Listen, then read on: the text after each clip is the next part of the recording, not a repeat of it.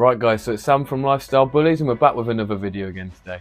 So recently we've seen a lot of confusion everywhere about the American Bully and its different classes.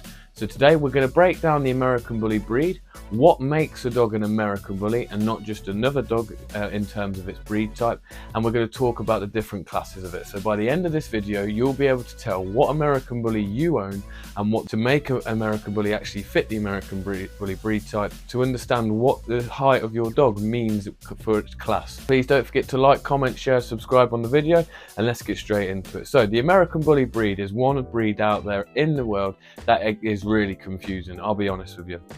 It is really confusing. There's a lot to learn about it, and there's a lot more involved with this breed than what there is with many and most other breeds out there. So the American Bully is the breed itself. That's what people need to first understand. A lot of people like to confuse it, and they seem to think that the xlbully specifically is a breed of dog. Now, we're just going to start off by saying that is not the case. What the breed of dog is the American Bully. Now, the American Bully is split up into many different classes. Recognized officially, you have the Pocket, Standard, Classic and XL, even though it does go on to Micro, Nano, Double XL, Exotics, Extremes, all these different types of American Bullies that we have here today. So you can see where I'm going already, how and why this is so confusing. But we're going to focus on the main classes here today.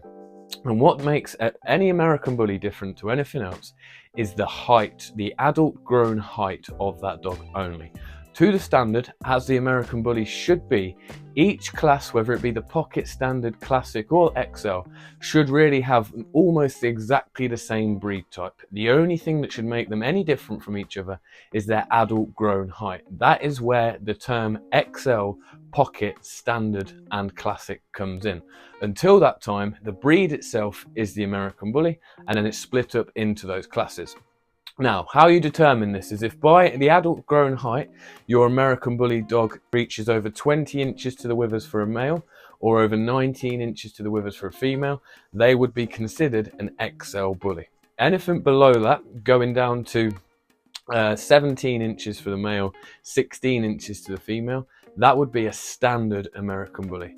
And anything else below that, going from 17 for a male to officially 14 for a male, from 16 for a female to 13 for a female, that would be considered a Pocket Bully. Now, the only different one that goes in there that we've not spoke about is the Classic. The Classic comes in at the same height to the withers as the Standard, but now we'll get into a bit more what makes the Classic different to the rest of the classes.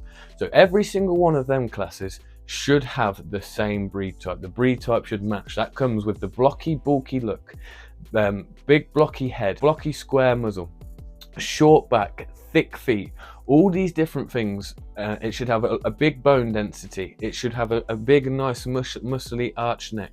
All these things, and it goes on to many more, which we'll be doing many other videos about where we break down the American Bully breed standard, are things that American Bully must have to be considered the real American Bully. So the Classic class, the reason why that's different to the rest of them is because that breed standard is slightly different. It says that the Classic will have slightly less mass, slightly less bone, and less overall of a bigger appearance compared to the other classes. So that's the difference. So no matter what, if you own an American Bully, and whether both their parents are XL Bullies, you do not have an XL Bully until it reached that height requirement of 20 inches for a male or 19 for a female to be considered an XL Bully. Up until that point, you just have an American Bully. That's why really technically out there is no such thing as an XL Bully puppy. There is only American Bully puppies, and once they reach that year old, that is when you can determine whether that dog is going to be a Pocket, Standard, Classic or XL. That's where this comes in and why people are so confused. And people you see on social media, they say, oh, I've got an XL Bully, but she's only 18 inches to the withers, 17 inches to the withers.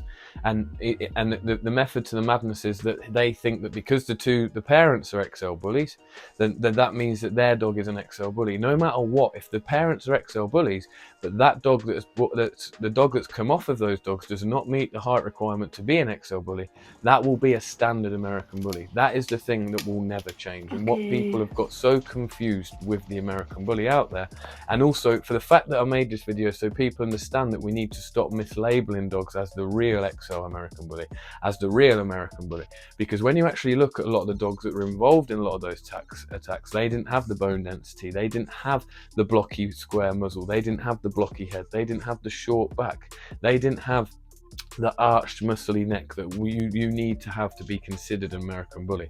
The American Bully came and is recognised by a kennel club, by many kennel clubs, not the kennel club in this country, but it's recognised by the ABKC, the UKC and many other kennel clubs. So for them to be able to recognise this breed, which is the American Bully, it had to have come so far away from all of its foundation stock, i.e. the Pit Bull, the Staffy, the Bulldog, to be not match up to their breed type, to be able to be considered a different dog. So what it means is the American Bully's breed type is quite complicated, and it's very thick, and there's a lot to go onto it to actually make sure that you have a real American Bully.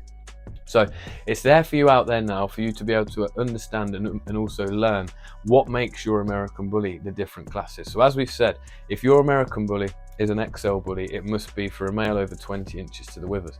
If it's not over 20 inches to the withers by its adult growing height and never reaches over that, it will always be a standard bully, and so on and so forth until you get down to the pocket. And obviously, yeah, I know you've got micro bullies and stuff like that that aren't recognised really by the ABKC and stuff like that, and they're even lower than that 14-13 inch to the withers mark. And then obviously you've got higher, but the ABKC now doesn't obviously have the cap on how tall the XL bullies can be. It's just starting at 20 inches. It used to have a cap at 23 inches. So there you have it, guys. That is how you tell the difference between the different American Bullies. The breed type should all be the same. Their adult grown height is what makes them either an XL, Pocket, Standard or Classic. Thank you for tuning in for this, guys. As we say, new uploads weekly. We didn't upload last week. We did have a week off. So please hit that like button if you do enjoy it. Drop a comment down below for any information or anything that you've got about the American Bully or anything you need to know. Thank you so much for tuning in, and we'll catch you on the next one.